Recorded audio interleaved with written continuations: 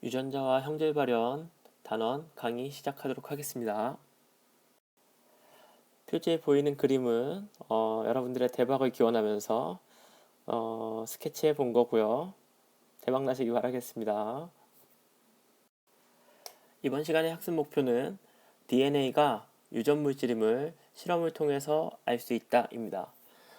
DNA가 유전 물질이라는 것은 너무나 쉽게 여러분들의 머릿속에 들어가 있지만 이거를 알기까지의 과정이 굉장히 여러 단계, 오랜 시간에 걸쳐서 확실하게 DNA가 유전 물질임을 알게 됐어요. 그래서 이 부분에서는 유전 물질이 밝혀지는 과정에 있는 실험을 이해하는 게 굉장히 중요합니다. 그래서 그 부분부터 차근차근 설명하도록 하지요. DNA가 유전 물질이라는 간접적인 증거는 그 이전부터 차근차근 쌓여져 오고 있었어요. 이때까지에서 유행하던 어떤 유전 물질의 물질들은 어떤 걸 유전 물질로 봤냐면 DNA냐 단백질이냐 요거 가지고 굉장히 많은 의문을 표시하고 있었는데 DNA가 유전 물질이라는 간접 증거들을 먼저 보면 하나의 생물체에 있는 모든 세포의 DNA량이 같은 걸 확인할 수 있었습니다. 그 다음에 유성생식을 하는 생물의 경우에 생식세포의 DNA량이 체세포의 절반이다. 요거 알 수 있었고요. 수정이 되고 나면 체세포와 같은 양이 된다. 요건 뭐 감수분열인데 요거는 그 전부터 DNA량을 측정을 할 수가 있었기 때문에 요 정도의 사실은 충분히 알 수가 있었습니다. 그리고 간접적인 증거 중에 파괴력이 있는 증거는 세균을 가지고 실험을 했을 때 DNA는 260나노미터의 파장을 굉장히 흡수를 잘하는데 요 파장의 빛을 쪼여줬을 때 돌연변이 유발이 가장 크다.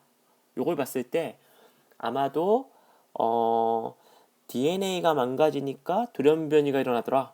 DNA라는 게 어떤 정보를 가지고 있는 물질이 아니냐라는 어떤 의문을 갖게 되는 이런 증거들이 쌓이고 있었지만 보다 구체적으로 DNA가 유전 물질이라는 어떤 확실한 증거는 아직까지 밝혀지지 않은 상황에서 몇 명의 사람들이 실험을 하기 시작합니다. 첫 번째, 그리피스의 실험을 먼저 보시면 그리피스의 실험을 먼저 보면 그리피스는 폐렴 쌍구균이라는 균을 가지고 실험을 했는데 폐렴을 유발하는 쌍구균이라고 하는 거는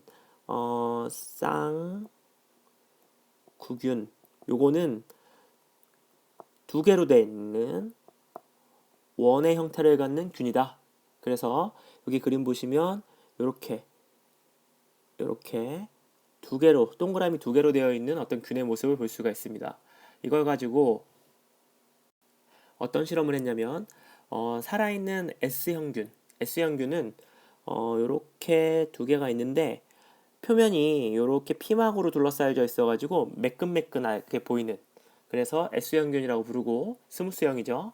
그 다음에 R형균은 이 폐렴쌍균이 이렇게 피막으로 둘러싸여 있지 않고 그냥 노출되어 있는 러프 타입의 R형균 이 두 가지를 가지고 실험을 합니다.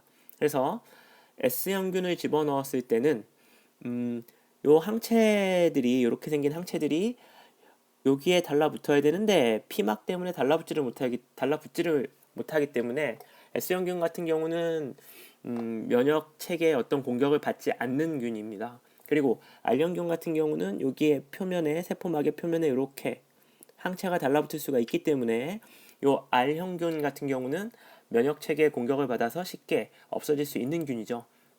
그래서 살아있는 S형균을 주입했을 때는 폐렴에 걸려서 죽었고요. 죽는 거 확인할 수 있고요. 그 다음에 R형균을 주입했을 때는 면역 체계가 잘 방어를 해서 살아있는 걸 볼 수 있습니다. 뭐 이것까지는 별 문제가 아닌데 여기서 잘 보셔야 될 거는 열 처리해서 죽은 S형균을 주입했을 때는 열 처리해서 죽었으니까 이건 뭐 큰 문제가 없었는데요. 그래서 살아 있었죠. 근데 가장 중요한 거는 이거죠. 요거를 유의 깊게 한번 봐줄 필요가 있는데 열 처리해서 죽은 S형균 죽은 S에다가 살아있는 R형균을 섞었더니 쥐가 죽었습니다. 원래 R형균만 있으면 죽지 않고 죽은 S만 있어도 잘 사는 이 쥐들을 이 두 개를 섞었더니 쥐가 죽게 되었고 폐렴에 걸려서, 그리고 여기서 죽은 쥐에서 봤더니 살아있는 S형균이 발견되더라. 그러면 여기서 보면 살아있는 R이 S로 바뀌더라. 요런 거 알 수 있죠. 그럼 뭐 때문에? 죽어있는 S에서 어떤 물질이 넘어와서 R을 S로 바꾸지 않았는가? 요걸 알 수 있는 실험이죠. 그래서 이 그리피스의 실험은 DNA가 어떠고 저쩌고 이런 류의 문제가 아니고 유전 물질이 존재한다. 실제로 어떤 형질을 바꿀 수 있는 어떤 물질이 존재한다. 요거를 알 수 있는 실험이 되겠습니다. 다만 그 물질이 뭔지는 모르는 거죠. 근데 확실하게 유전 현상을 나타내는 물질이라는 게 진짜 존재한다. 요거를 알게 해주는 중요한 실험이 되겠고요. 그 다음 실험, 그리피스의 뒤를 이어서 에이버리의 실험을 보시면, 자, 그리피스의 어떤 문제점은 뭐였냐면 어떤 R형균을 S형균으로 바꾸는 물질이 뭔지를 설명하지 못했습니다. 그래서 그 뒤를 이어서 에이버리가 실험을 합니다. 어떻게 실험을 하냐면 S형균, 그 열처리를 한 S형균에다가 이제 R형균을 섞어주는데, 근데 여기서 보시면 분해 요소를 집어넣습니다. 단백질 분해 요소, 그 다음에 탄수화물 분해 요소, 그 다음에 지질 분해 요소, 그리고 RNA 분해 요소, 그 다음에 DNA 분해 요소, 이런 효소들을 넣고 R형균이랑 섞어줬어요. 이게 대체 무슨 의미냐? 요거 하나 보면은, 자, 요 과정을 한번 잘 보시면, 요 과정. 자, 열 처리해서 요게 이 S형균 요 세포 추출물은 열 처리를 한 겁니다. 열 처리를 했어요. 그러니까 열 처리한 S형균의 세포 추출물에다가 단백질 분해 요소와 R형균을 섞어줬어. 그랬더니 쥐가 죽었고 이 쥐에서는 S형균이 나왔습니다. 이게 무슨 얘기냐면 S형균의 세포 추출물에다가 단백질 분해 요소를 넣었어. 그렇다는 얘기는 이 S형균의 세포 추출물 안에 있는 뭐는 사라졌다. 단백질은 완전히 분해되어서 사라졌다. 단백질이 없는 상황에서 R형균이 S형균으로 바뀔 수 있었다. 이 얘기는 뭐를 의미한다? 단백질은 정보를 갖고 있지 않은 물질이다. 이걸 의미합니다. 이해됩니까? 자, 같은 방식으로 봤을 때 여기를 주의 깊게 보면은 여기, 자, 열처리한 S형균을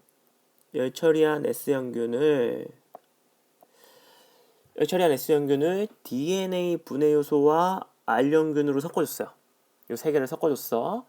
즉 DNA 분해 요소를 넣었다는 얘기는, 요걸 넣었다는 얘기는 S형균 안에 있는 뭐를 없앴다? DNA를 없앤 겁니다. DNA를 완전히 분해를 했어. 뉴클레오타이드로. 그러니까 DNA로서의 어떤 역할을 못하는 거죠. 그랬더니 쥐가 살았다는 얘기는 R이 S로 안 바뀌었다는 얘기입니다. 즉 그 얘기는 DNA가 사라지니까 R이 S로 변하지 않더라. 즉 R을 S로 바꾸는, R형균을 S형균으로 바꾸는 어떤 중요한 키는 누가 쥐고 있다? DNA가 쥐고 있더라. 요걸 알게 해주는 중요한 실험입니다. 즉 이 실험을 하고 나면, 자, 이 실험을 통해서 알 수 있는 건 R형균을 S형균으로 형제 전환시키는 물질이 DNA임을 확실하게 알 수 있는 어떤 중요한 계기점이 된 그런 실험이다 라는 거 잘 기억해서 알아두시면 되겠습니다. 그 다음에 여기까지 했음에도 약간 미심쩍은 부분이 있었어요. 그래서 요 다음 허쉬와 체이스의 박테리오 파지를 이용한 실험을 통해서 완벽하게 DNA가 유전 물질이다, 요거를 밝힌 아주 중요한 실험이 있습니다. 허쉬와 체이스의 실험을 보면 허쉬와 체이스는 방사선 동위원소를 이용했는데 P32, 그 다음에 S35. 이때까지의 어떤 중요한 포인트는 DNA가 유전 물질이냐 단백질이 유전 물질이냐 이 둘 중에 하나였어요. DNA가 유전 물질임이 간접적인 증거들을 통해서 계속 쌓여왔음에도 불구하고 DNA 구조가 너무 간단하기 때문에 사람처럼 복잡한 형질을 나타내는 이런 다양한 어떤 유전자나 어떤 형질들을 DNA처럼 간단한 물질이 어떻게 나타낼 수 있느냐, 여기에 대해서 계속 의심이 쌓였기 때문에 계속 믿지 않았고, 단백질은 종류가 굉장히 많기 때문에 단백질이 좀 더 현실성이 있지 않느냐라는 어떤 취지에서 이 DNA와 단백질이 굉장히 의견이 분분하면서 싸웠는데, 요 방사선 동위원소를 이용할 때 여기 보면 어 P P는 요거 누가 갖고 있냐면 뉴클레오타이드의 당 인산 염계 그 인산, 요거는 단백질이 갖고 있지 않은 요거 DNA만 가지고 있는 인산에다가 방사선 동위원소를 붙여줬고요. 그 다음에 요 S35, 요 S는 누가 갖고 있냐면 단백질, DNA는 없고 단백질만 가지고 있는 원소, 이 황을 이용해서 여기에 표시를 해서 실험을 합니다. 먼저 여기 보면은 대장균, 요 박테리오파지는 세균을 잡는, 즉 박테리아를 숙주로 삼는 바이러스를 박테리오파지라고 얘기합니다. 박테리오파지는 세균만 공격합니다. 박테리아만.